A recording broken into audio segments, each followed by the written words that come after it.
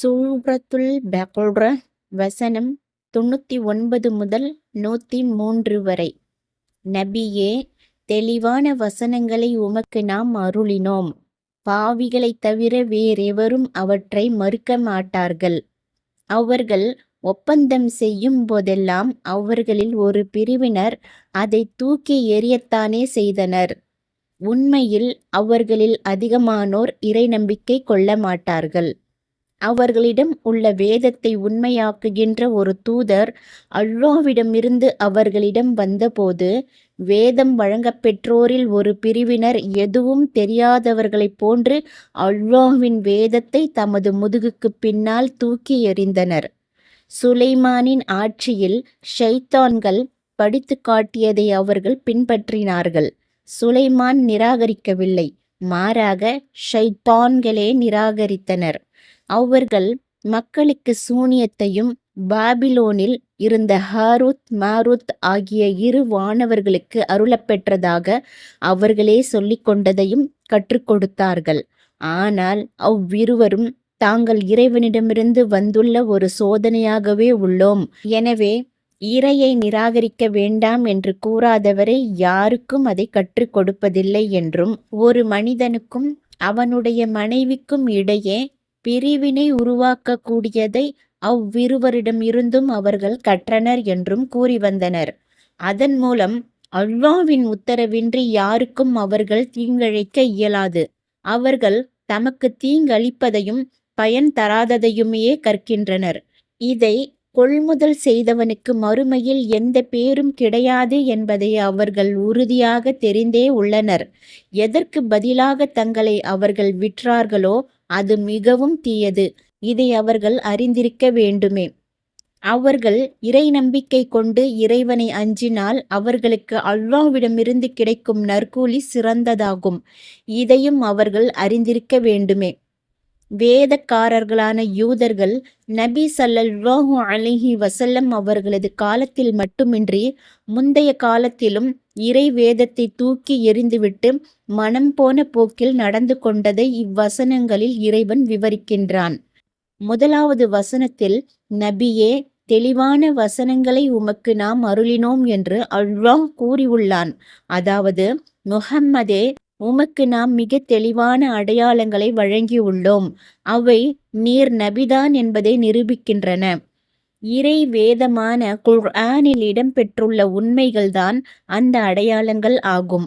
யூதர்களின் மறைவான ஞானங்கள், அவர்கள் தொடர்பான மூடி மறைக்கப்பட்ட இரகசிய தகவல்கள், அவர்களுடைய மூதாதையர் குறித்த வரலாற்று தரவுகள், அவர்களின் வேதங்களில் புதைந்துள்ள யூத மத குருமார்களுக்கும் அறிஞர்களுக்கும் மட்டுமே தெரிந்த செய்திகள், தௌராத் வேதத்தில் இடம்பெற்றிருந்த சட்ட விதிகளில் அவர்களுடைய முன்னோர்களும் வழித்தோன்றல்களும் திட்டமிட்டு செய்த மாற்றங்கள் மற்றும் திரிபுகள் ஆகியவையே அந்த உண்மைகள் ஆகும்.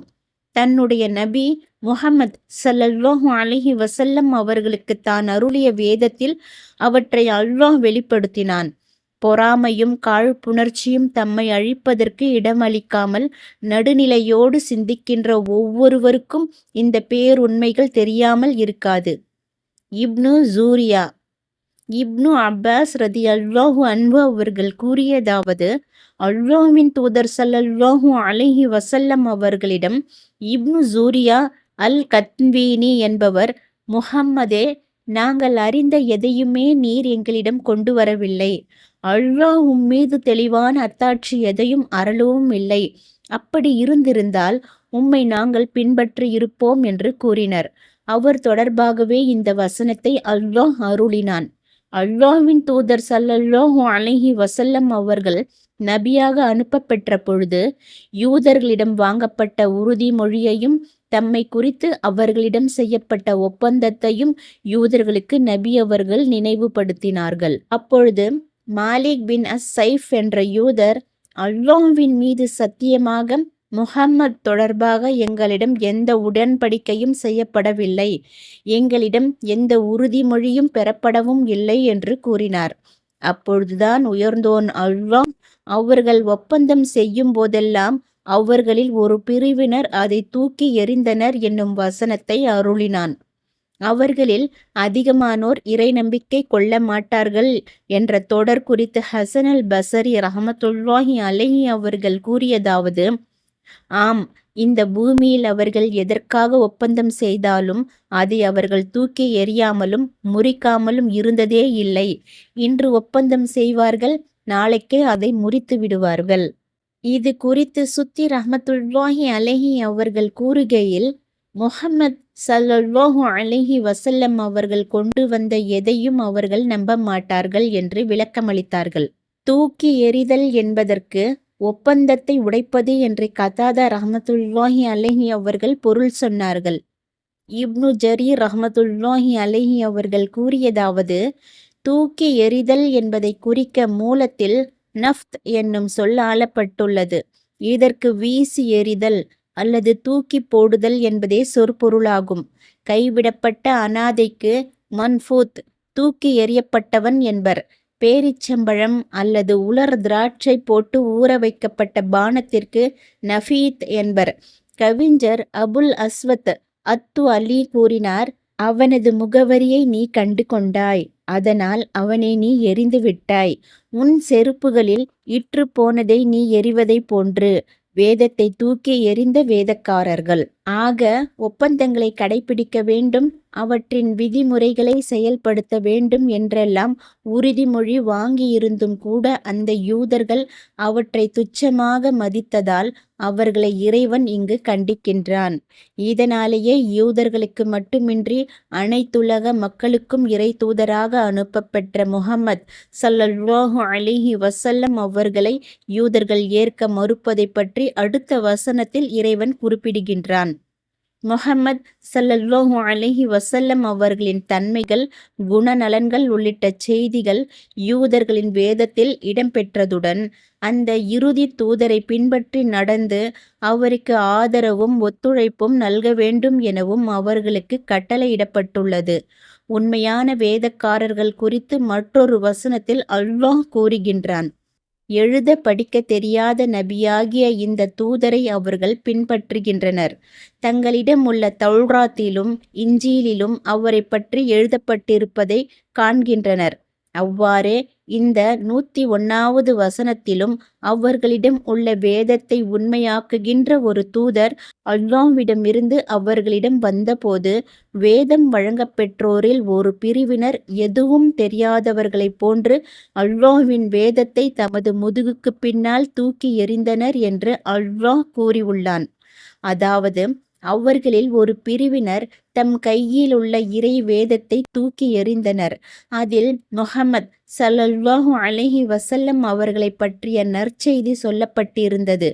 முதுகுக்கு பின்னால் தூக்கி எறிந்தனர் என்றால் அந்த வேதத்திலுள்ள எதுவும் தங்களுக்கு தெரியாததை போன்று அதை கைவிட்டு விட்டு சூனியத்தை கற்கவும் அதை பின்பற்றவும் முனைந்தார்கள்.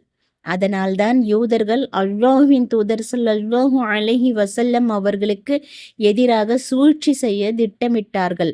அர்வான் குலத்தாரின் கிணற்றில் உள்ள ஒரு கல்லுக்கு அடியில் ஒரு ஆண் பேரிச்சம் பாளையின் உள்ளே வைக்கப்பட்ட சீப்பிலும் சணல் இழையிலும் நபி ஸல்லல்லாஹு அலைஹி வஸல்லம் அவர்களுக்கு சூனியம் செய்தார்கள்.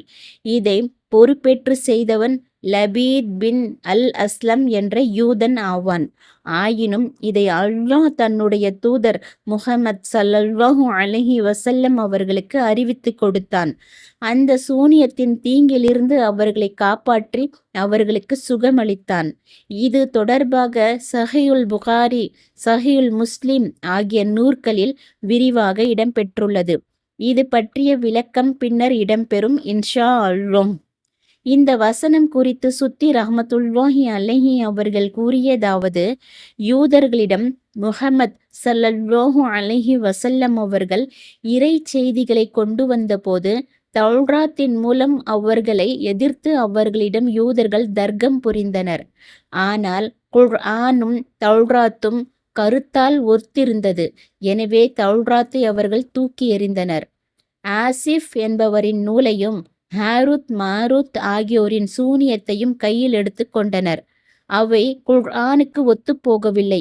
இதையே எதுவும் தெரியாதவர்களைப் போன்று அல்லாஹ்வின் வேதத்தை தமது முதுகுக்குப் பின்னால் தூக்கி எறிந்தனர் என்று அல்லாஹ் குறிப்பிடுகின்றான். இதே தொடருக்கு கதாதா ரஹ்மத்துல்லாஹி அலைஹி அவர்கள் விளக்கம் அளிக்கையில், அந்த யூத சமுதாயத்தார் வேதத்தைப் பற்றி அறிந்தே இருந்தனர். ஆனால் தமக்கு தெரிந்ததையெல்லாம் அலட்சியம் செய்ததோடு அவற்றை மறைத்தனர், மறுக்கவும் செய்தனர் என்று கூறினார்கள். சுலைமான் நிராகரிக்கவில்லை. இப்னு அப்பாஸ் ரதியல்லாஹு அன்ஹு அவர்கள் கூறியதாவது, ஆசிஃப் என்பவர் இறை தூதர் சுலைமான் அவர்களின் எழுத்தராக இருந்தார். அவருக்கு அல்லாஹ்வின் மகத்தான பெயராகிய இஸ்முல் அக்ஸமை பற்றிய ஞானம் இருந்தது. சுலைமான் அவர்களின் உத்தரவிற்கு இணங்க அனைத்தையும் எழுதி அவற்றை சுலைமான் அவர்களின் ஆட்சி கட்டிலுக்கு அடியில் புதைத்து வைப்பார். சுலைமான் அவர்கள் இறந்தபோது ஷைத்தான்கள் அவற்றை வெளியே எடுத்தனர். அவற்றில் ஒவ்வொரு 2 வரிகளுக்கும் இடையிலும் சூனியம் பற்றியும் இறை மறுப்பு பற்றியும் எழுதினார்கள். பின்பு இதை வைத்துத்தான் சுலைமான் செயல்பட்டு வந்தார் என்று கூறினார்கள். உடனே மக்களில் சில மதியினர்கள் சுலைமான் அவர்களை ஏசினார்கள். அவர்களை இறை மறுப்பாளர் எனவும் கூறலாயினர். அறிஞர்கள் மௌனம் காத்த வேளையில் மதியினர்கள் சுலைமான் அவர்களை தொடர்ந்து ஏசி வந்தனர். இறுதியில் முஹம்மது ஸல்லல்லாஹு அலைஹி வஸல்லம் அவர்களுக்கு சுலைமானின் ஆட்சியில் ஷைத்தான்கள் படித்ததை அவர்கள் பின்பற்றினார்கள். சுலைமான் நிராகரிக்கவில்லை, மாறாக ஷைத்தான்கள்தான் நிராகரித்தனர் என்னும் வசனத்தை அல்லாஹ் அருளினான். சுத்தி ரஹ்மத்துல்லாஹி அலைஹி அவர்கள் கூறியதாவது, சுலைமானின் ஆட்சியில் என்பதற்கு சுலைமானின் காலத்தில் என்று பொருள். முற்காலத்தில் ஷைத்தான்கள் வானத்தில் ஏறிச் சென்று அங்கு செய்திகளை செவியுறுவதற்காக அதன் இருப்பிடங்களில் அமர்ந்திருக்கும் வழக்கம் இருந்தது. பூமியில் நிகழப்போகின்ற இறப்பு, மறைவான செய்தி, வேறு ஏதேனும் ஒரு காரியம் தொடர்பாக வானவர்கள் தமக்கிடையே பேசிக்கொள்வதை ஷைத்தான்கள் செவியுற்று வந்து ஜோதிடர்களிடத்தில் அறிவிப்பார்கள். ஜோதிடர்கள் மக்களிடம் அவற்றை சொல்வார்கள். அவர்கள் சொன்னதை போன்றே நடப்பதை மக்கள் காண்பார்கள். அந்த ஷைத்தான்களை குறிகாரர்கள் நம்ப தலைப்பட்டதும் குறிகாரர்களிடம் பொய்களை கூறி 1க்கு 70 சேர்த்து சொல்ல ஷைத்தான்கள் ஆரம்பித்தனர். மக்கள் அந்த தகவல்களை ஏடுகளில் எழுதி கொள்வார்கள். இதனால் ஜின் இனத்தார் மறைவானவற்றை அறிவார்கள் என்பது இஸ்ரவேலர்களிடம் பரவியது. எனவே சுலைமான் அவர்கள் மக்களிடையே தம் ஆட்களை அனுப்பி அந்த ஏடுகளை மக்களிடமிருந்து சேகரித்து ஒரு பெட்டியில் அவற்றை வைத்து தமது ஆசனத்திற்கு அடியில் புதைத்தார்கள். எந்த ஷைத்தானாலும் அந்த ஆசனத்தை நெருங்க முடியவில்லை. அவ்வாறு நெருங்கினால் அந்த ஷைத்தான்கள் எரிந்து போய்விடுவார்கள். அது மட்டுமின்றி ஷைத்தான்கள் மறைவானவற்றை அறிவார்கள் என்று இனிமேல் யாரேனும் சொல்வதாக நான் கேள்விப்பட்டால் அவருக்கு மரண தண்டனை விதிப்பேன் என்றும் சுலைமான் அவர்கள் அறிவித்தார்கள். பின்னர் நபி சுலைமான் அவர்கள் இறந்து போனார்கள். அவர்களை பற்றி நன்கு அறிந்திருந்த அறிஞர்களும் இறந்து போனார்கள். அவர்களுக்கு பின்னர் வேறொரு தலைமுறையினர் தோன்றலானார்கள். அப்பொழுது ஷைத்தான் மனித உருவில் தோற்றமெடுத்து இஸ்ரவேலர்கள் சிலரிடம் வந்து, எப்போதுமே தீர்ந்து போகாத பொக்கிஷம் ஒன்றை உங்களுக்கு நான் அறிவிக்கட்டுமா என்று கேட்டான். அதற்கு அவர்கள் சரி என்றனர். உடனே அவர்களை அழைத்துச் சென்ற ஷைத்தான் குறிப்பிட்ட இடத்தை காட்டி, அந்த ஆசனத்திற்கு கீழே தோண்டுங்கள் என்று கூறிவிட்டு ஓரத்தில் ஒதுங்கி நின்று கொண்டான். மக்கள் அந்த இடத்தை தோண்டலானார்கள். ஏற்கனவே புதைக்கப்பட்டிருந்த அந்த ஏடுகள் அங்கு கண்டனர். அவற்றை அவர்கள் வெளியே எடுத்தபோது மனிதர்களையும் ஷைத்தான்களையும் பறவைகளையும் சுலைமான் கட்டி ஆண்டதெல்லாம் இந்த சூனியத்தின் மூலம்தான் என்று கூறிவிட்டு ஷைத்தான் சென்று விட்டான். இதைத் தொடர்ந்து சுலைமான் சூனியக்காரராக இருந்தார் என்ற செய்தி மக்களிடையே பரவியது. இஸ்ரவேலர்கள் அந்த ஏடுகளை எடுத்து கொண்டனர். பிறகு முஹம்மது ஸல்லல்லாஹு அலைஹி வஸல்லம் அவர்கள் இறை செய்தியுடன் வந்தபோது அந்த ஏடுகளைக் கொண்டே நபி ஸல்லல்லாஹு அலைஹி வஸல்லம் அவர்களிடம் தர்க்கம் புரிந்தனர். அப்பொழுதுதான் சுலைமான் நிராகரிக்கவில்லை, மாறாக ஷைத்தான்கள்தான் நிராகரித்தனர் என்று அல்லாஹ் கூறினான். மற்றோர் அறிவிப்பு. ஜயீத் பின் ஜுபைர் ரஹ்மத்துல்லாஹி அலைஹி அவர்கள் கூறியதாவது, ஷைத்தான்கள் கையில் இருந்த சூனியத்தை கண்காணித்துக் கொண்டிருந்த சுலைமான் அவர்கள் ஷைத்தான்களிடமிருந்து அவற்றை கைப்பற்றி தமது கருவூல அறையிலுள்ள தமது ஆசனத்தின் அடியில் புதைத்து விடுவார்கள். ஷைத்தான்கள் அந்த இடத்தை நெருங்க இயலவில்லை. அதனால் அவர்கள் மக்களிடம் நெருங்கி காற்றையும் ஷைத்தான்களையும் மற்ற பொருட்களையும் சுலைமான் எந்த அறிவின் மூலம் ஆட்டி படைத்து கொண்டிருக்கின்றார் என்று உங்களுக்கு தெரியுமா என்று கேட்டார்கள். அதற்கு ஆம், நாங்கள் அறிவோம் என்றனர். அப்பொழுது அவை சுலைமானின் கருவூல அறையில் அவரது ஆசனத்தின் அடியில்தான் உள்ளன என்று ஷைத்தான்கள் கூறினார்கள். உடனே மக்கள் அவற்றை வெளியே எடுத்து அவற்றை செயல்படுத்தலாயினர். அது தொடர்பாகவே அல்லாஹ் தன்னுடைய நபி முஹம்மது ஸல்லல்லாஹு அலைஹி வஸல்லம் அவர்களுக்கு சுலைமான் அவர்கள் இறை மறுப்பை விட்டு பரிசுத்தமானவர் என்ற செய்தியை இந்த வசனத்தின் மூலம் அருளினான். அல்லாஹ்வின் தூதர் ஸல்லல்லாஹு அலைஹி வஸல்லம் அவர்கள் இறைவனிடமிருந்து தமக்கு அருளப்பெற்ற குர்ஆன் வேதத்தின் சுலைமான் பின் தாவூத் அவர்கள் தொடர்பான வசனங்களை மக்களுக்கு ஓதிக்காட்டி சுலைமான் இறை தூதர்களில் ஒருவர் என்றும் குறிப்பிட்டு வந்தார்கள். இதை கண்ட மதீனா யூதர்கள், முஹம்மதை பார்த்தீர்களா? அவர் சுலைமான் நபி என்கிறார்.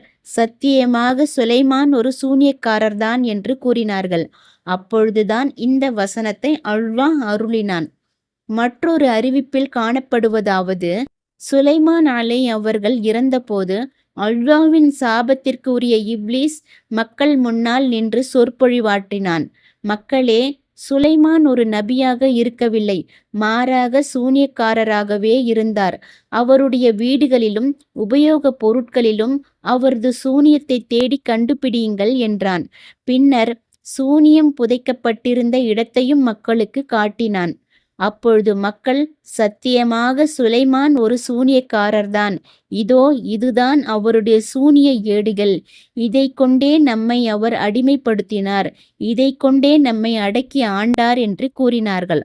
அப்பொழுது இறை நம்பிக்கையாளர்கள், இல்லை, சுலைமான் நம்பிக்கையுள்ள நபியாகத்தான் இருந்தார் என்று கூறினார்கள். பின்னர் முஹம்மது ஸல்லல்லாஹு அலைஹி வஸல்லம் அவர்களை அல்லாஹ் நபியாக அனுப்பினான். அவர்கள் தாவூத் அவர்களை பற்றியும் சுலைமான் அவர்களை பற்றியும் குறிப்பிட்டார்கள். அப்பொழுது யூதர்கள், முஹம்மதை பாருங்கள், அவர் உண்மையுடன் பொய்யை கலக்கிறார், சுலைமானை நபிமார்களில் ஒருவர் என்கிறார். ஆனால் சுலைமானோ காட்டில் சவாரி செய்யும் ஒரு சராசரி சூனியக்காரனாகத்தான் இருந்தார் என்று கூறினார்கள். அப்பொழுதுதான் இந்த வசனத்தை அல்லாஹ் அருளினான். இவை இந்த இடத்தில் முற்கால அறிஞர்கள் தெரிவித்துள்ள கருத்துகளில் ஒரு பகுதியாகும். ஷைத்தான்கள் படித்ததை பின்பற்றினார்கள். சுலைமானின் ஆட்சியில் ஷைத்தான்கள் படித்ததை அவர்கள் பின்பற்றினார்கள் என்று அல்லாஹ் கூறியுள்ளான்.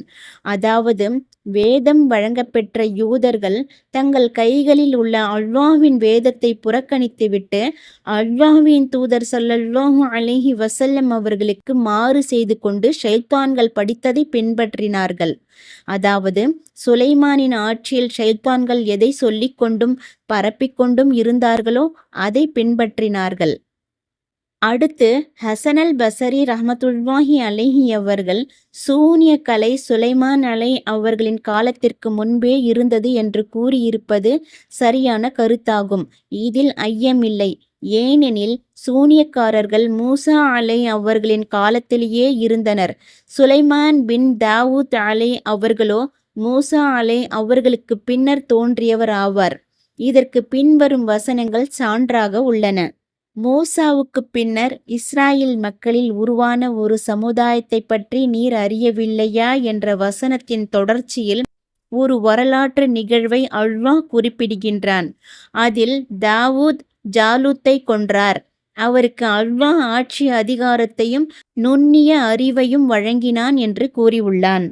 அவ்வாறே சாலிஹ் அவர்களை பார்த்து அவர்களின் சமுதாயத்தார், நிச்சயமாக நீர் சூனியம் செய்யப்பட்டோரில் ஒருவர்தான் என்று கூறினார்கள் என அல்லாஹ் தெரிவித்துள்ளான். இந்த சாலிஹ் அவர்கள் இறைத்தோழர் இப்ராஹிம் அவர்களுக்கு முன்னர் வாழ்ந்தவர்கள் என்பது குறிப்பிடத்தக்கதாகும். அடுத்து பாபிலோனில் இருந்த ஹாரூத் மாரூத் ஆகிய இரு வானவர்களுக்கு அருளப்பெற்றதையும் அவர்கள் கற்றுக் கொடுத்தார்கள். ஆனால் அவ்விருவரும், நாங்கள் இறைவனிடமிருந்து வந்துள்ள ஒரு சோதனையாகவே உள்ளோம், எனவே நிராகரிக்க வேண்டாம் என்று கூறாதவரை யாருக்கும் அதை கற்றுக் கொடுப்பதில்லை என்று அல்லாஹ் கூறியுள்ளான். இந்த வசனத் தொடரின் பொருள் தொடர்பாக அறிஞர்களிடையே கருத்து வேறுபாடு காணப்படுகிறது. வமா உன்சில அலல் மலக்கைனி. அறிஞர்கள் சிலரது கருத்தாவது, அவ்விரு வானவர்களுக்கு அருளப்பெற்றதை என்பதை குறிக்க மூலத்தில் வமா உந்தில அலல் மலக்கைனி என்னும் சொற்றொடர் ஆளப்பட்டுள்ளது. இதில் மா என்னும் இடைச்சொல் எதிர்மறையை குறிக்கும். விரிவுரையாளர் குர்திபி ரஹ்மத்துல்லாஹி அலைஹி அவர்கள் கூறியதாவது, மா எதிர்மறையை குறிக்கும். அத்துடன் வமாவில் உள்ள வாவ் என்னும் இணை இடைச்சொல்லானது முன்னர் கூறப்பெற்ற வமா கெஃபர சுலைமானு, சுலைமான் நிராகரிக்கவில்லை என்ற வாக்கியத்தின் தொடர்ச்சியாகும். இதன்படி சுலைமான் நிராகரிக்கவில்லை, மாறாக ஷைத்தான்களே நிராகரித்தனர். அவ்விரு வானவர்களுக்கு அந்த சூனியக்கலை அருளப்பெறவில்லை என பொருள் விரியும். இதன் மூலம் வானவர்களான ஜிப்ரீலும் மீகாயிலும் சூனியத்தை பூமிக்கு கொண்டு வந்தார்கள் என்ற யூதர்களின் கருத்து பொய்யென நிரூபிக்கப்படும். அடுத்து ஹாரூத் வ மாரூத் என்னும் சொற்றொடர் முன்பு கூறப்பெற்ற அஷ்ஷயாத்தீனி என்ற சொல்லின் அருகமைவு சொல்லாகும். இதன்படி பாபிலோனில் இருந்த ஹாரூத் மாரூத் ஆகிய ஷைத்தான்களே நிராகரித்தனர் என்று பொருள் வரும். இருமைக்கும் பன்மை பயன்படுத்தலாம் என்ற விதியின் கீழ் அஷ்ஷயாத்தீன் ஷைத்தான்கள் என்ற பன்மைக்கு ஹாரூத் மாரூத் எனும் இருமை அருகமைவாக இருப்பதில் தவறில்லை. இறந்தவருக்கு இரு சகோதரர்களோ பல சகோதரர்களோ இருந்தால் என்று குறிப்பிட வேண்டிய இடத்தில் அவருக்கு சகோதரர்கள் இருந்தால் என்று பன்மையாகவே இறைவன் குறிப்பிட்டிருப்பது கவனிக்கத்தக்கதாகும்.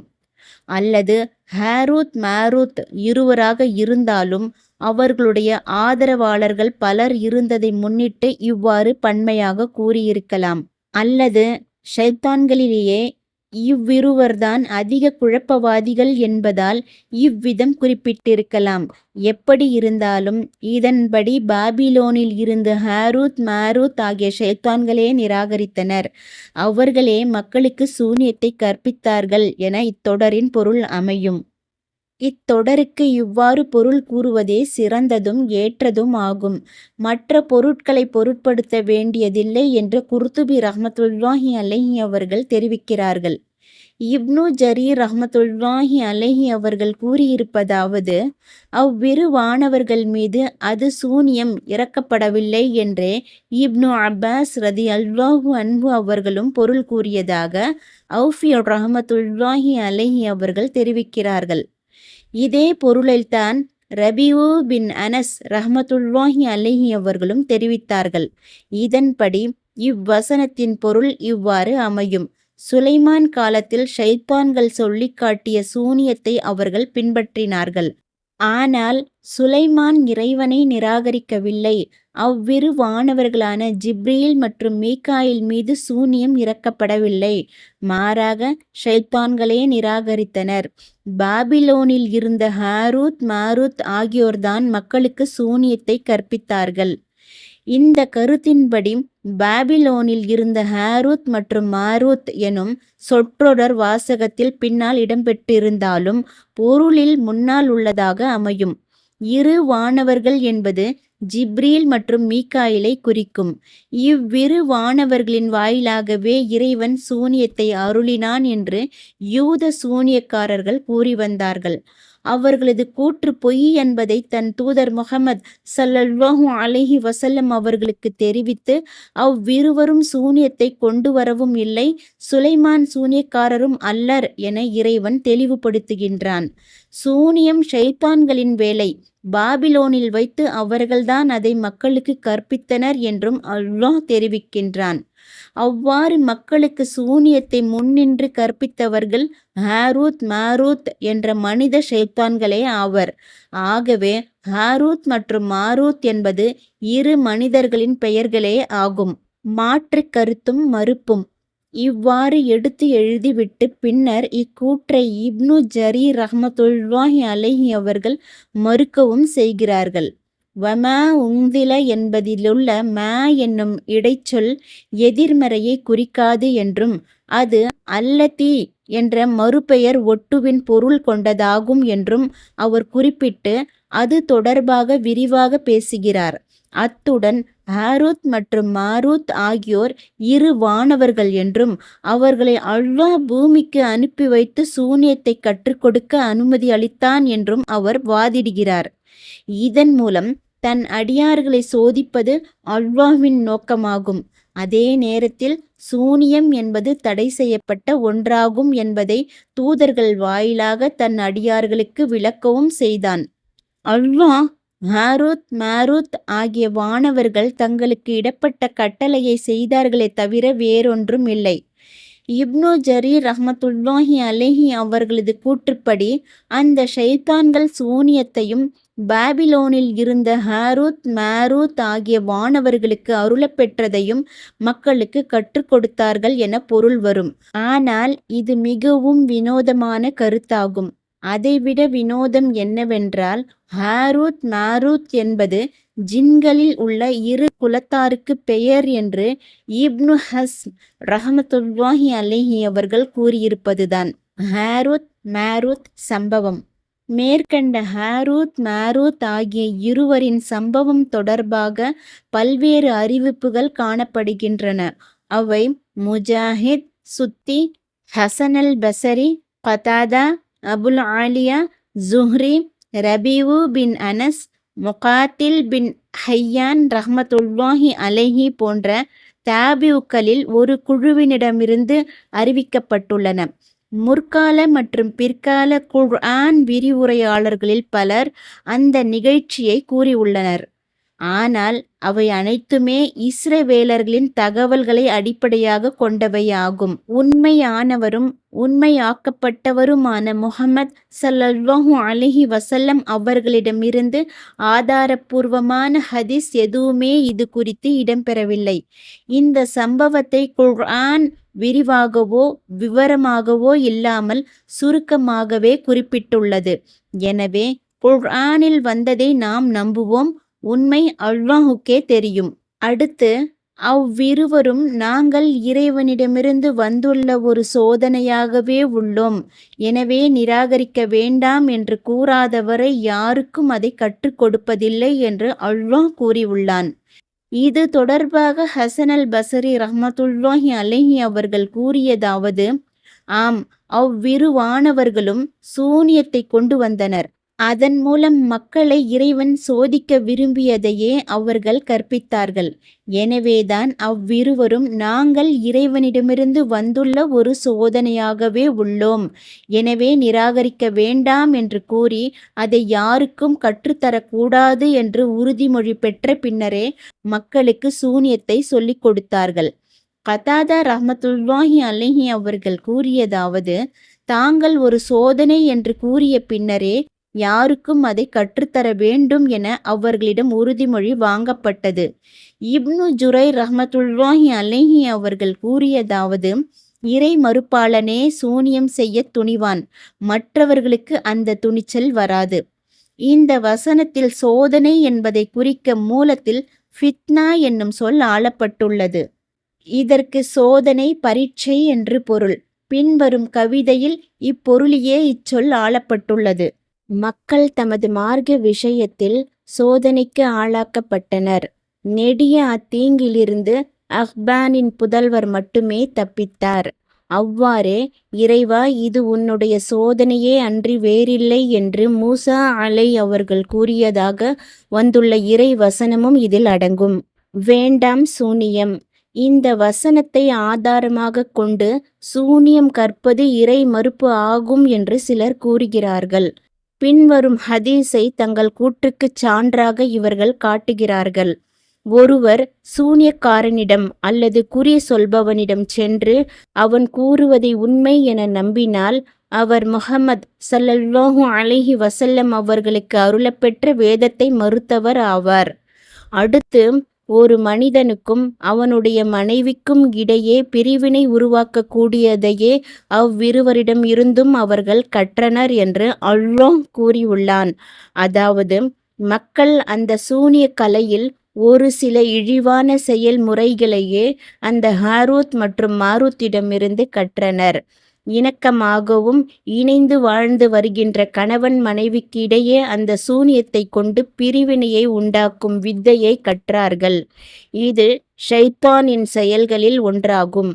நபி ஸல்லல்லாஹு அலைஹி வஸல்லம் அவர்கள் கூறினார்கள், ஷைத்தான் தனது அரியாசனத்தை நீர்மேல் அமைத்து கொண்டு தன்னுடைய பரிவாரங்களை மக்களிடம் அனுப்புவான். அந்த பரிவாரங்களை சேர்ந்தவர்களில் ஷைத்தானுக்கு மிகவும் நெருக்கமானவன் யார் என்றால் மக்களை கடுமையாக குழப்பத்தில் ஆழ்த்துபவன்தான். அவர்களில் ஒருவன் ஷைத்தானிடம் வந்து, நான் இன்ன ஆளுடனேயே இருந்தேன், அவன் இன்னன்னவாறெல்லாம் சொல்கின்ற அளவுக்கு அவனை ஆளாக்கிவிட்டேன் என்று கூறுவான். அதற்கு ஷைத்தான், நீ எதையும் சாதிக்கவில்லை என்பான். மற்றொருவன் வந்து, நான் இன்ன மனிதனுக்கும் அவனுடைய மனைவிக்கும் இடையே பிரிவினையை உண்டாக்கும் வரை அவனை விடவே இல்லை என்பான். உடனே அவனை தன் அருகே அழைத்து கட்டி தழுவி, நீதான் சரியான ஆள் என்று கூறுவான். சூனியத்தால் தம்பதிகளிடையே ஒருவர் மீது ஒருவர் கெட்ட எண்ணம் கொள்ளச் செய்து, அல்லது கெட்ட பார்வை ஏற்படச் செய்து, அல்லது தீய எண்ணம் உருவாக்கச் செய்து இருவரையும் பிரிப்பதுதான் பிரிவினைக்கு காரணமாகும். அடுத்து, அதன் மூலம் அல்லாஹ்வின் உத்தரவின்றி யாருக்கும் அவர்கள் தீங்கிழைக்க இயலாது என்று அல்லாஹ் கூறியுள்ளான். இதில் அல்லாஹ்வின் உத்தரவின்றி என்றால் அல்லாஹ் ஏற்படுத்திய விதியின்றி என்று பொருள் என சுஃப்யான் அஸ்-ஸவ்ரி ரஹ்மத்துல்லாஹி அலைஹி அவர்கள் தெரிவித்துள்ளார்கள். ஹசன் அல் பஸரி ரஹ்மத்துல்லாஹி அலைஹி அவர்கள் கூறியதாவது, அல்லாஹ் நாடினால் ஒருவன் மீது சூனியக்காரர்களின் ஆளுமையை ஏற்படுத்துவான். அவன் நாடாவிட்டால் அந்த ஆளுமையை ஏற்படுத்த மாட்டான். அல்லாஹ்வின் அனுமதியின்றி யாரையும் அவர்கள் ஒன்றும் செய்துவிட முடியாது. தீங்குதான் ஏற்படும். அவர்கள் தமக்கு தீங்களிப்பதையும் பயன் தராததையுமே கற்கின்றனர் என்று அல்லாஹ் கூறியுள்ளான். அதாவது, மார்க்க ரீதியாக அவர்களுக்கு தீங்களிக்க கூடியதையே கற்கின்றனர். அந்த தீங்கை ஈடு செய்யும் எவ்வித நன்மையும் அதில் இல்லை. இதை கொள்முதல் செய்தவனுக்கு மறுமையில் எந்த பேரும் கிடையாது என்பதை அவர்கள் உறுதியாக தெரிந்தே உள்ளனர் என்றும் அல்லாஹ் கூறியுள்ளான். அதாவது, அல்லாஹ்வின் தூதர் ஸல்லல்லாஹு அலைஹி வஸல்லம் அவர்களை பின்பற்றுவதை கைவிட்டுவிட்டு அதற்கு பதிலாக சூனியத்தை விலைக்கு வாங்கி கொண்ட அந்த யூதர்கள் தங்களை போன்று யார் செய்தாலும் அவருக்கு மறுமையில் எந்த பேரும் கிடையாது என்பதை தெரிந்தே உள்ளனர். இத்தொடரில் பேறு என்பதை குறிக்க மூலத்தில் கலாக் என்னும் சொல் ஆளப்பட்டுள்ளது. இதற்கு பங்கு என இப்னு அப்பாஸ் ரதியல்லாஹு அன்ஹு அவர்கள் பொருள் கூறினார்கள். எதற்கு பதிலாக தங்களை அவர்கள் விற்றார்களோ அது மிகவும் தீயது. இதை அவர்கள் அறிந்திருக்க வேண்டுமே என்று அல்லாஹ் கூறியுள்ளான். இறை நம்பிக்கைக்கு பதிலாகவும் இறை தூதரை பின்பற்றுவதற்கு பகரமாகவும் அவர்கள் பெற்றுக்கொண்ட சூனியம் என்னும் விலை மிக கெட்டதாகும். அவர்களுக்கு வழங்கப்பட்ட அறிவுரையை புரிந்து கொள்ளும் தன்மை அவர்களுக்கு இருக்க வேண்டுமே என்பது இதன் கருத்தாகும். அடுத்து, அவர்கள் இறை நம்பிக்கை கொண்டு இறைவனை அஞ்சினால் அவர்களுக்கு அல்லாஹ்விடமிருந்து கிடைக்கும் நற்கூலி சிறந்ததாகும் என்று 5வது வசனத்தில் அல்லாஹ் கூறியுள்ளான். அதாவது, அல்லாஹ்வையும் அவனுடைய தூதர்களையும் நம்பி தடை செய்யப்பட்டவற்றை அவர்கள் விலக்கிக் கொண்டால் அதற்காக அல்லாஹ்விடம் அவர்களுக்கு கிடைக்கும் நற்கூலியானது அவர்கள் தமக்குத்தாமே தேர்ந்தெடுத்து திருப்திப்பட்டு கொண்டதை விட மிக சிறந்ததாகும். மற்றொரு வசனத்தில் அல்லாஹ் கூறியுள்ளான், உங்களுக்கு கேடுதான். இறை நம்பிக்கை கொண்டு நல்லறம் புரிந்தவருக்கு அல்லாஹ் வழங்கும் வெகுமதியே சிறந்ததாகும். பொறுமையாளர்களே தவிர யாருக்கும் அது வழங்கப்படாது என்று ஞானம் வழங்கப்பெற்றவர்கள் கூறினர். சூனியக்காரனின் தண்டனை. அவர்கள் இறை நம்பிக்கை கொண்டிருந்தால் என்று அல்லாஹ் குறிப்பிட்டிருப்பதில் இருந்து சூனியம் செய்வது இறை மறுப்பு ஆகும் என அறிய முடிகிறது என்று சிலர் கூறுகின்றனர். இவர்கள் இவ்வசனத்தை தமது ஆதாரமாக காட்டுகின்றனர். இமாம் அஹ்மத் பின் ஹம்பல் ரஹ்மத்துல்லாஹி அலைஹி அவர்களும் முன்னோர்களில் ஒரு குழுவினரும் இக்கருத்தையே கொண்டிருக்கின்றார்கள் என அறிவிக்கப்பட்டுள்ளது. ஆனால் சூனியம் செய்வதால் ஒருவன் இறை மறுப்பாளன் ஆகிவிட மாட்டான். ஆயினும் சூனியக்காரனுக்கு மரண தண்டனை விதிக்கப்படும் என்று வேறு சிலர் கூறியுள்ளனர். இதற்கு இமாம் ஷாஃபி, அஹ்மத் பின் ஹம்பல் ரஹ்மத்துல்லாஹி அலைஹி ஆகியோர் அம்ர் பின் தீனார் ரஹ்மத்துல்லாஹி அலைஹி அவர்களிடமிருந்து அறிவித்துள்ள பின்வரும் செய்தி ஆதாரமாகும். பஜாலா பின் அபாதா ரஹ்மத்துல்லாஹி அலைஹி அவர்கள் கூறியதாவது, ஹலீஃபா உமர் பின் அல் கத்தாப் ரதியல்லாஹு அன்ஹு அவர்கள் சூனியம் செய்கின்ற ஆண்களையும் பெண்களையும் கொன்றுவிடுங்கள் என்று கடிதம் எழுதினார்கள். எனவே நாங்கள் ஒரே நாளில் 3 சூனியக்காரர்களை கொன்றோம். இறை நம்பிக்கையாளர்களின் அன்னை ஹப்சா ரதியல்லாஹு அன்ஹா அவர்களுக்கு அவர்களின் அடிமை பெண் ஒருத்தி சூனியம் செய்தாள். அப்பொழுது அந்த பெண்ணுக்கு மரண தண்டனை அளிக்கப்பட்டது என்ற செய்தியும் ஆதாரபூர்வமாக இடம்பெற்றுள்ளது. இஃதன்றி சூரியக்காரனுக்கு மரண தண்டனை வழங்க வேண்டும் என்பது குறித்து 3 நபி தோழர்களிடம் இருந்து ஆதாரபூர்வமான தகவல் கிடைத்துள்ளது என்று இமாம் அஹ்மத் பின் ஹம்பல் ரஹ்மத்துல்லாஹி அலைஹி அவர்கள் தெரிவித்துள்ளார்கள்.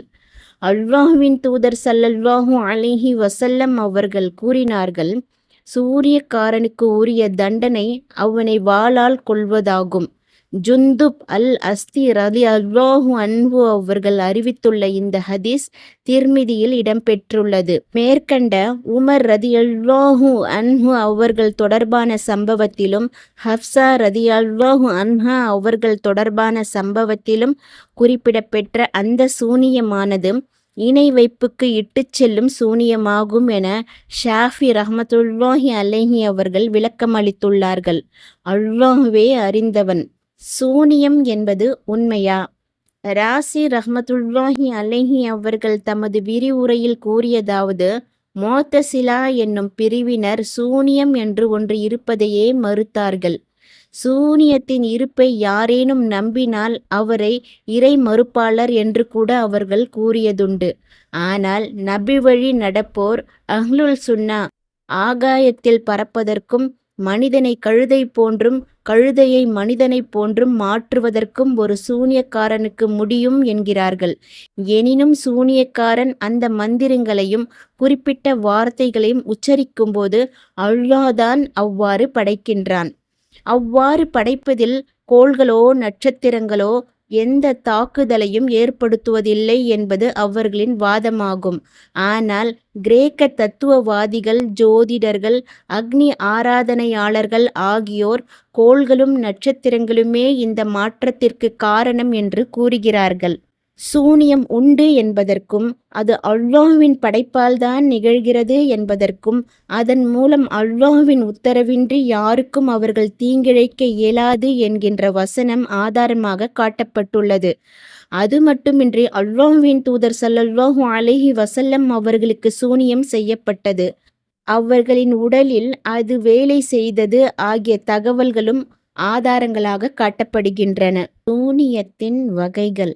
அபு அப்துல்லா அல் ராசி ரஹ்மத்துல்லாஹி அலைஹி அவர்கள் கூறினார்கள், சூனியம் 8 வகைப்படும்.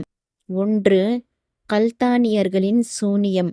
பிரபலமான 7 கிரகங்களை வழிபட்டு வந்த பண்டைய காலத்து ஈராக்கியர்களான இவர்கள் கிரகங்கள்தான் உலகத்தையே இயக்குகின்றன என்று நம்பினார்கள். நன்மை தீமை யாவும் அவற்றாலேயே தோன்றுகின்றன என்று நம்பிய இவர்களை சீர்திருத்தவே இறை தூதர் இப்ராஹிம் அவர்கள் அனுப்பப் பெற்றார்கள். 2. மன அழுத்தத்தை உருவாக்கிச் செய்யப்படும் சூனியம். கற்பனைக்கும் பிரமைக்கும் மனம் கட்டுப்பட்டதாகும். ஒரு மரக்கட்டை தரையில் கிடக்கும்போது பயமின்றி அதன் மேல் நடந்து செல்லும் மனிதன் அதே மரக்கட்டை நிலத்தின் மீதோ நீரின் மீதோ பாலமாக அமைக்கப்பட்டால் அதன் மேல் நடக்க அஞ்சுகின்றான். கீழே உள்ள பள்ளத்தை பார்க்கும்போது கீழே விழுந்து விடுவோமோ என்ற பீதிதான் இதற்கு காரணம். கண்ணேறு கண்திஷ்டி இவ்வகையைச் சேர்ந்ததுதான். அல்லாஹ்வின் தூதர் ஸல்லல்லாஹு அலைஹி வஸல்லம் அவர்கள் கூறினார்கள், கண்ணேறு உண்மைதான். விதியை ஒன்று முந்துவதாக இருந்தால் அது கண்ணேறுவாகத்தான் இருக்கும். 3. ஜின்களின் உதவியால் செய்யப்படும் சூனியம். ஜின்களில் இறை நம்பிக்கையாளர்களும் உள்ளனர், இறை மறுப்பாளர்களும் உள்ளனர். இறை மறுப்பாளர்களான ஜின்களே ஷைத்தான்கள் ஆவர். மனிதர்களுக்கு ஜின்களுடன் நெருக்கமும் இணக்கமும் இருப்பதால் மனிதர்களை வந்தடைவது ஜின்களுக்கு எளிதாகிறது. மந்திரித்தல், புகை போடுதல், தனிமை ஆகிய வழிகளில் ஜின்கள் உடனான தொடர்பை எளிதாக பெற முடியும் என்று இத்துறை சம்பந்தப்பட்டவர்கள் நம்புகிறார்கள். இதற்கு வசப்படுத்தல் என்று கூறுவர். 4. கண்கட்டி வித்தை. கண் பார்வை சில வேளைகளில் தவறிழைப்பதுண்டு. குறிப்பிட்ட ஒரு பொருளை மட்டுமே கூர்ந்து கவனிக்கும்போது மற்ற பொருட்களை அது மறந்துவிடும். அப்படித்தான் கண்கட்டி வித்தைக்காரன் பார்ப்பவர்களின் கவனத்தை திசை திருப்பி கண்களை கட்டி போட்டு விடுவான். பார்வையாளர்கள் ஒரு வித்தையில் முழு கவனம் செலுத்திக் கொண்டிருக்கையில் அந்த இடைவெளியை பயன்படுத்தி துரிதமாக மற்றொரு வித்தையை செய்து விடுவான். எதிர்பாராத விதத்தில் மற்றொன்றை பார்க்கும் மக்கள் அதை கண்டு வியந்து போவார்கள். கண்கட்டி வித்தைக்காரன் மட்டும் கவனத்தை திசை திருப்பாமல் இருந்து மக்களின் கவனம் வேறு விஷயங்களின் பால் திரும்பினால் வித்தைக்காரனின் வித்தை அம்பலமாகிவிடும்.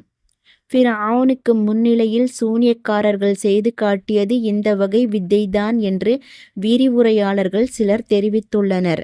இதனாலேயே நீங்களே கயிறு மற்றும் கைத்தடிகளை முதலில் போடுங்கள் என்று மூசா கூறினார். அவர்கள் போட்ட பொழுது மக்களின் கண்களை வயப்படுத்தி அவர்களுக்கு அச்சத்தையும் ஏற்படுத்தினார்கள். இதன் மூலம் அவர்கள் பெரும் சூனியத்தை கொண்டு வந்தனர் என்று அல்லாஹ் கூறுகின்றான். மற்றொரு வசனத்தில் அல்லாஹ் கூறுகின்றான், இல்லை நீங்களே போடுங்கள் என மூசா கூறியதும் உடனே அவர்களின் கயிறுகளும் கைத்தடிகளும் அவர்களது சூனியத்தால் பாம்புகளைப் போன்று சீறுவதைப் போல் அவருக்கு காட்டப்பட்டது. அதாவது உண்மையில் அவை அவ்வாறு சீறவில்லை. 5. நவீன பொறியியல் கருவிகளை பயன்படுத்தி செய்யப்படும் ஆச்சரியமான சில வேலைகள். ஒரு குதிரை பொம்மை, அதன் மீது வீரன் ஒருவன் அமர்ந்துள்ளான். அவனது கையில் ஒரு அழைப்பு மணி. சிறிது நேர இடைவெளிக்குப் பிறகு யாரும் தொடாமலேயே அந்த மணியை அந்த பொம்மை வீரன் அடித்துக்கொண்டே இருக்கின்றான். இன்றைய தானியங்கி மின்னணு பொருட்களைப் போல. இந்தியர்களும் ரோமர்களும் செதுக்குகின்ற தத்ரூபமான சிற்பங்களும் இந்த வகையில் அடங்கும். அந்த சிற்பங்களை பார்ப்பவர் வித்தியாசம் காண முடியாத அளவிற்கு அவை நிஜங்களாகத் தோன்றும். சிரிக்கும் சிலைகள், அழும் சிலைகள் என கற்பனை திறனால் வடிவமைக்கப்படும் இத்தகைய சிலைகள் பார்ப்போரை வியக்க வைக்கும். ஃபிர்அவுனுடைய சூனியக்காரர்கள் செய்து காட்டிய சூனியம் இந்த வகையை சேர்ந்ததுதான் என்பது சிலரது கருத்தாகும். ஏனெனில் ஃபிர்அவுனின் சூனியக்காரர்கள் தங்கள் கரங்களில் இருந்த கயிறுகளிலும் கைத்தடிகளிலும் பாதரசம் என்ற அமிலத்தை நிரப்பினார்கள். பாதரசத்தின் காரணத்தால் அவை நெளிந்தன. அதை பார்த்த மக்கள் அவை தாமாகவே நெளிகின்றன என்று எண்ணிவிட்டனர். கிறிஸ்தவர்கள் பொதுமக்களுக்கு அற்புத ஒளியை காட்டுவதற்காகச் செய்கின்ற தந்திரங்களும் இந்த வகையில் அடங்கும். ஜெருசலத்தில் உள்ள கிறிஸ்தவ கோவில் ஒன்றில் நடக்கும் குப்பை விவகாரம் இதற்குச் சான்று. அதாவது கோயிலில் உள்ள கண்ணாடி விளக்கு எரிபொருள் இன்றி எரிவதைப் போல காட்டுவார்கள். உண்மையில் கோயிலின் குப்பைகளை கோயிலுக்குள்ளே வைத்து யாருக்கும் தெரியாமல் தீ வைத்து எரிப்பார்கள். அந்த தீச்சுடர் கண்ணாடி விளக்கில் பட்டு அது எரிவதைப் போன்று காட்சி தரும். இதை காணும் சாமானியர் எரிபொருள் இல்லாமலேயே விளக்கு எரிவதாக நம்பிவிடுவார்கள். விவரம் தெரிந்தவர்களிடம் கேட்டால் இதை ஒப்புக்கொள்வார்கள். இருப்பினும் மத நம்பிக்கையில் மக்களை உறுதியாக வைத்திருக்க இத்தகைய தந்திரங்கள் தேவைதான் என்று சமாதானம் கூறுவார்கள். 6. உணவுப் பொருட்களிலும் எண்ணெய் வகைகளிலும் சில மருந்துகளை கலந்து செய்யப்படும் சூனியம்.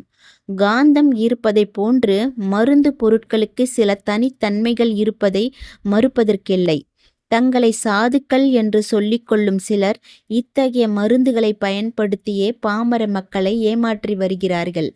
தாங்கள் நெருப்போடு கலந்திருப்பதாகவும் பாம்புகளுடன் குடியிருப்பதாகவும் சொல்லி மக்களை நம்ப வைப்பார்கள். 7. மன வசீகரத்தால் செய்யப்படும் சூனியம். உதாரணமாக, சூனியக்காரர் தமக்கு இஸ்முல் அஸம் இறைவனின் மகத்தான பெயர் தெரியும் என்றும் ஜின்கள் தமக்கு கட்டுப்பட்டு நடக்கின்றன என்றும் சொல்வார். இதை கேட்கும் பலவீனமான மனம் படைத்த மனிதன் உண்மை என்று நம்பிவிட்டால் அவனது மனதை வசீகரம் செய்து சொல்வதையெல்லாம் நம்புகின்ற நிலைக்கு சூனியக்காரர் ஆளாக்கி விடுவார். இனி அந்த பாமர மனிதன் சூனியக்காரருக்கு மாற்றம் செய்ய அஞ்சுவான். இந்த அச்சம் ஏற்பட்டவுடன் அவனுடைய உணர்வுகள் நலிந்துவிடும். அதை அடுத்து சூனியக்காரன் தான் விரும்பியவாறு அவனை ஆட்டி வைப்பான். 8. கோல் மூட்டிவிட்டு சாமர்த்தியமாக காரியம் ஆற்றுதல். இதுவும் ஒரு வகை சூனியம்தான். இது மக்களிடையே பரவலாக காணப்படும் ஒரு தீமையே ஆகும். கோல் மூட்டுவது இரு வகைப்படுத்தலாம். 1.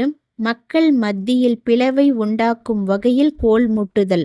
இது தடை செய்யப்பட்ட ஒன்றாகும் என்பதில் இருவேறு கருத்து கிடையாது. 2. மக்கள் மத்தியில் சமாதானத்தை ஏற்படுத்தும் நோக்கத்தில் அல்லது எதிரிகளின் ஒற்றுமையை குலைக்கும் வகையில் சொல்லப்படும் கோல். இது குற்றமாகாது. போர் என்பதே ஒரு சூழ்ச்சி ஆகும் என்றொரு நபிமொழி உண்டு. அறிவு கூர்மை உள்ளவராலேயே இதை செய்ய முடியும். சிஹர் சூனியம். விரிவுரையாளர் ராசி ரஹ்மத்துல்லாஹி அலைஹி அவர்கள் குறிப்பிட்டுள்ள இந்த சூனிய வகைகளில் பெரும்பாலானவை அவற்றிலுள்ள நுணுக்கமான பொருளின் காரணத்தால் சொல்லளவில் சூனியம் என அழைக்கப்படுகின்றன. சூனியம் என்பதை அரபியில் சிஹர் என்பர்.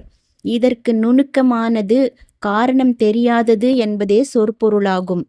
இந்த வகையில்தான் பேச்சில் கவர்ச்சி உண்டு என்ற நபிமொழியில் கவர்ச்சி என்பதை குறிக்க சிஹர் என்னும் சொல் ஆளப்பட்டுள்ளது. இவ்வாறே பின் இரவு நேரத்தில் சஹர் உண்ணப்படும் உணவுக்கு சஹுர் என்று சொல்லப்படும். நுரையீரல் உடலுக்குள் மறைந்திருப்பதால் அதற்கும் கூட சிஹர் என்பர்.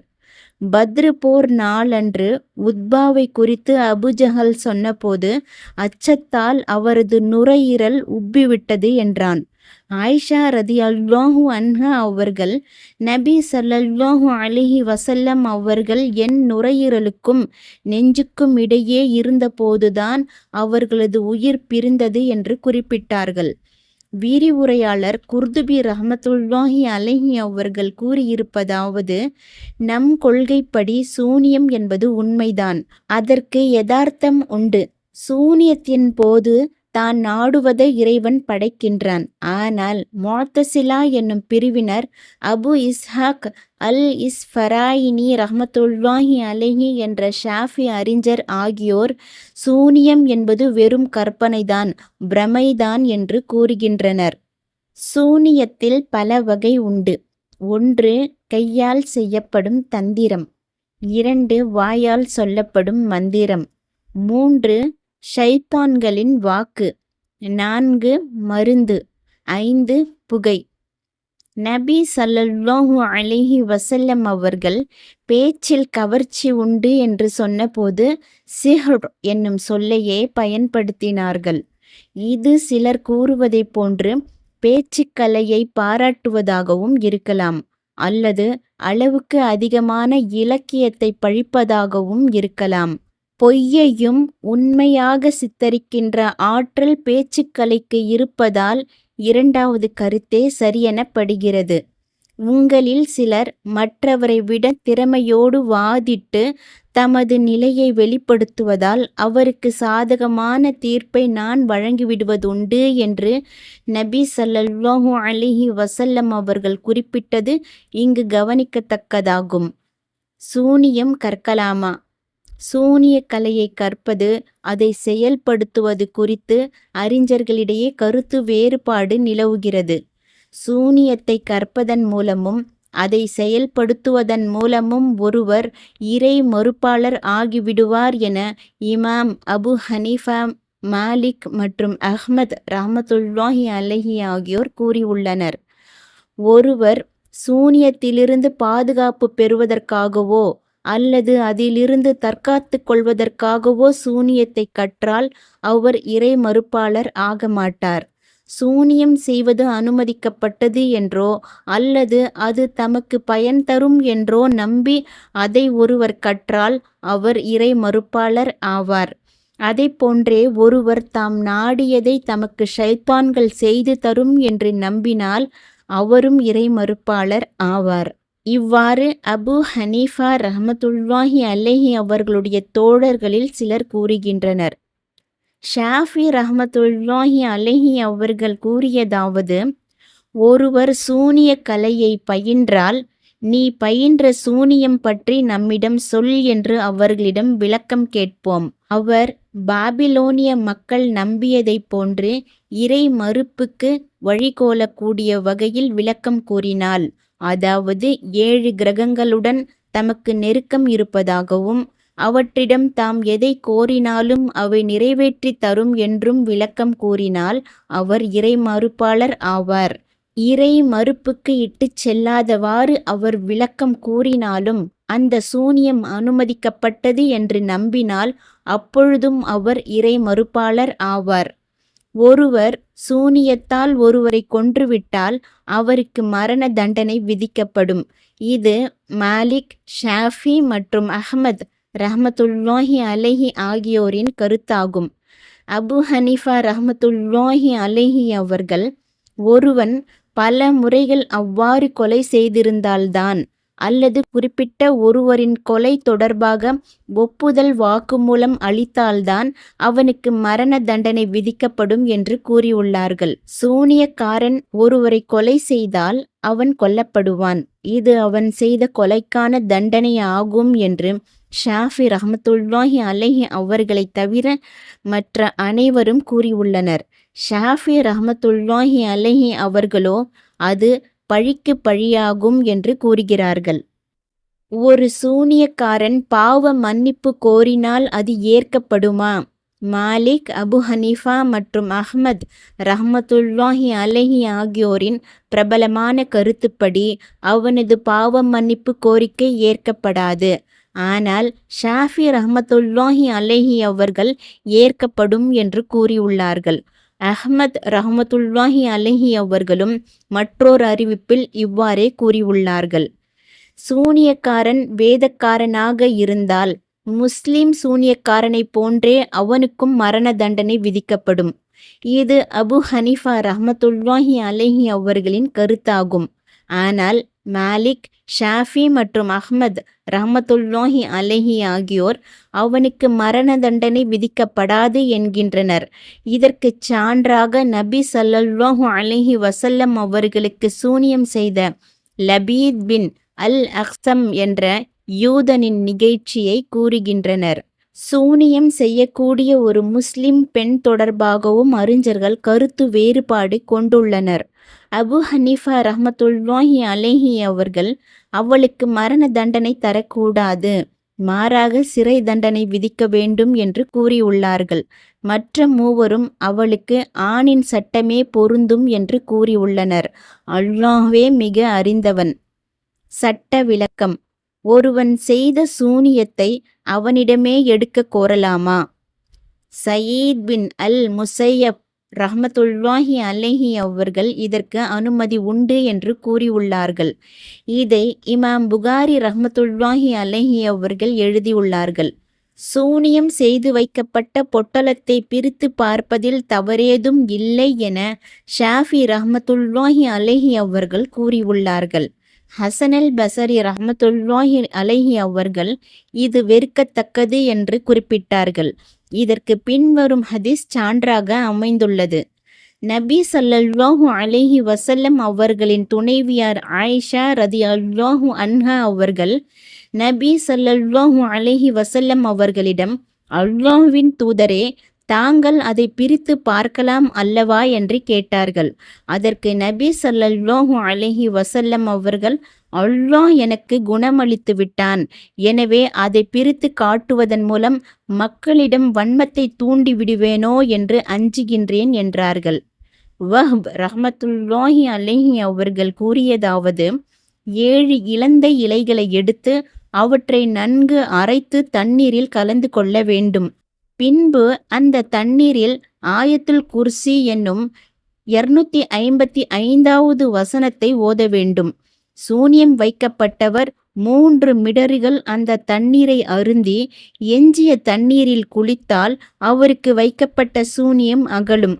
தம்முடைய மனைவியரிடமிருந்து பிரிவதற்காக சூனியம் வைக்கப்பட்ட ஒருவருக்கு இது மிகச்சிறந்த சிகிச்சை முறையாகும்.